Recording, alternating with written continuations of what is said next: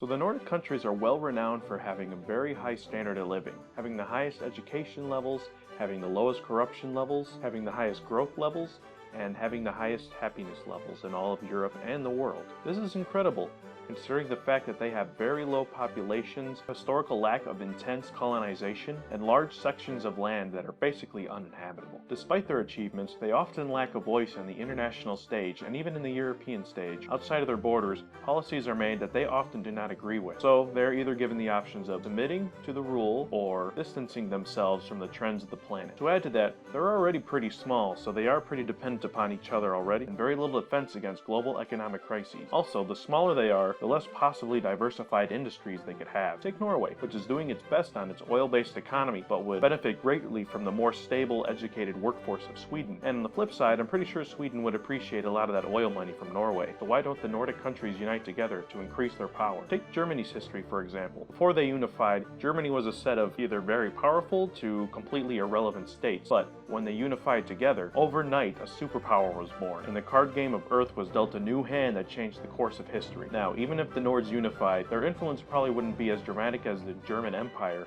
However, their influence would still increase dramatically, and it's not like the nations haven't shown any interest in it. Each one is either owned or has been owned by one of the other countries with positive or at least not hostile relations after the breakup. They even have the Nordic Council, which is a geopolitical cooperation similar to what the European Union was before the European Union was formed. Alright, so it makes sense to form Scandinavia as a country, but what would this country look like? At around 3,330,000 kilometers, or about 2 million miles, it clocks in as the 7th largest nation in the world, or a little bigger than India. However, most of that land, 2/3 actually, comes from Greenland. Even altogether, it wouldn't be a very populated country. At around 26 million people, it just barely beats out Texas. Or for another perspective, it would replace Yemen as the 49th most populous country. So another very important point to add in. I don't think the country would be officially called Scandinavia, because technically Scandinavia only consists of Sweden, Norway, and sort of Denmark. And I'm pretty sure Finland, Iceland, the Faroe Islands, and the other autonomous regions that those countries control would like to be involved as well. So officially the place would be called something like the Nordic Union